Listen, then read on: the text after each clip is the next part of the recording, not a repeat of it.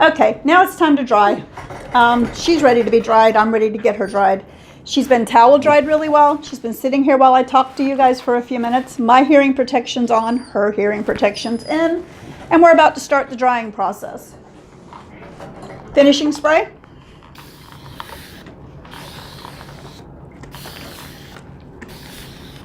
In the Flairosol bottle, you're going to use less of it, so that's a good thing. But it adds some smell good and all of that good stuff.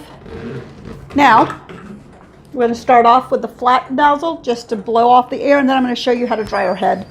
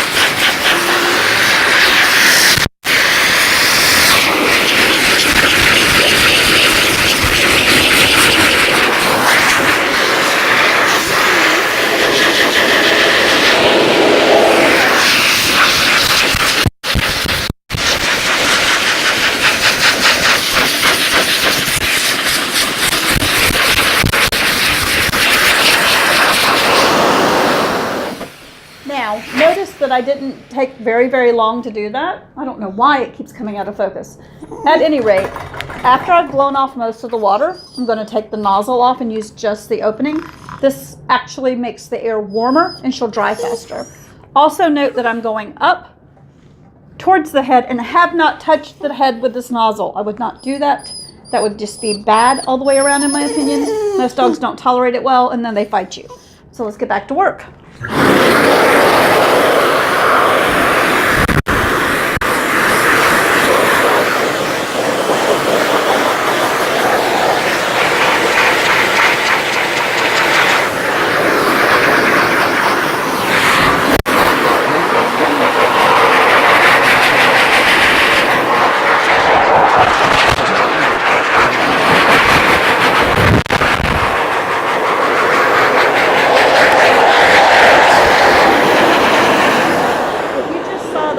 Gave me a kiss. I don't normally do that, but I know this dog and I've known her for years.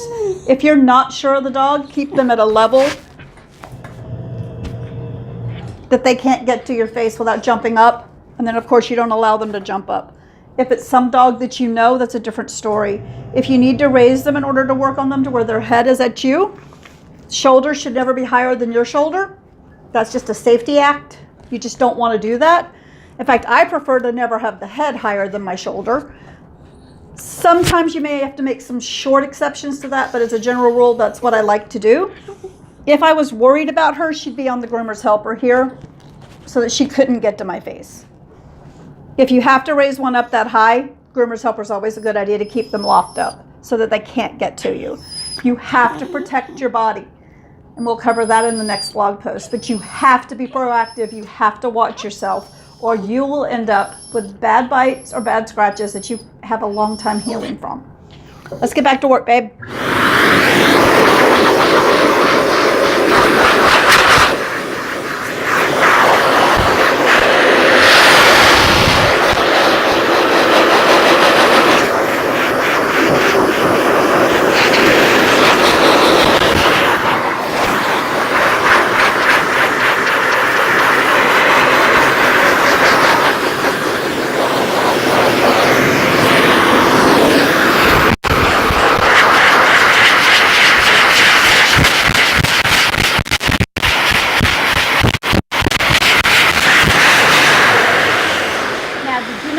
started going in a circular motion like this, the reason I do that is it allows the hair to fluff up and I can get the skin dry.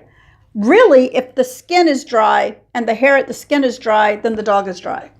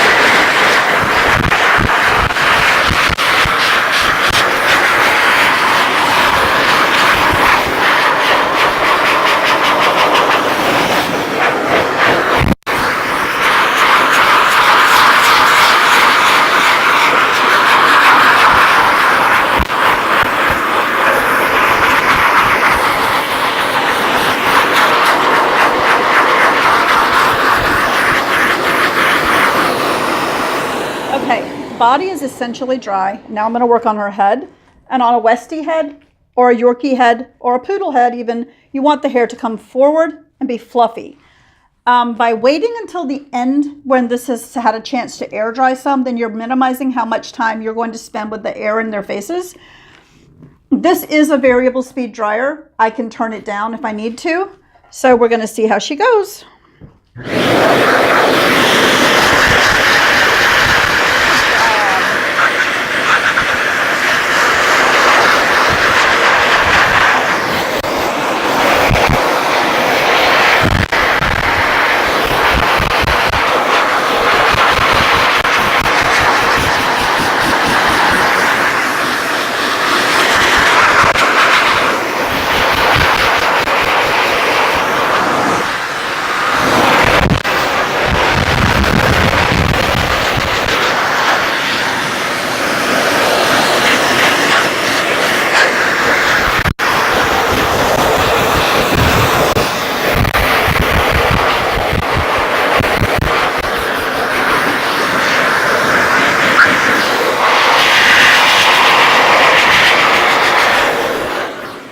That's basically all I have to do to her. So I'm going to take my brush. She hates the brushing more than anything else. I'm going to take the brush her out, brush the hair in the direction that I want it to go, which now on her body, now that I've gotten it fluffed, because she's only getting a bath today and her toenail's done, all we got to do is brush her down. She doesn't really have any hair there. There's no real reason to brush her, but it's part of the job. She hates having her face done. But as you can see, the hair is standing beautifully. Now, if I had needed it to stand up anymore, I would have added some mousse or something to it. If I were going to trim it, I definitely would have added some mousse to it. She's not going to go home for several hours now, so I'm going to put her in the back room where it's nice and warm. I think that room was 78 degrees. And then put a fan blowing just to dry the rest of her out. It's not much. She'll be okay. But you get the technique and you understand the reasoning behind this.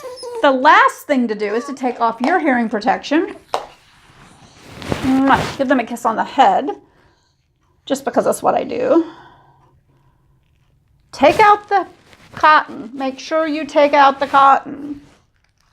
The cotton also serves as a cleaning agent. It will get anything that you may have missed when you were cleaning yours. And it gives you one last chance to wipe out the ear. Make sure that everything in it's good. And then she's done. So we've covered double tethers, hearing protection, and drying techniques all in one. What more could you want? You want to groom too? Not today. It's New Year's Day and I refuse. Happy New Year. Happy learning. Grooming smarter. Blog post number 1. Yay!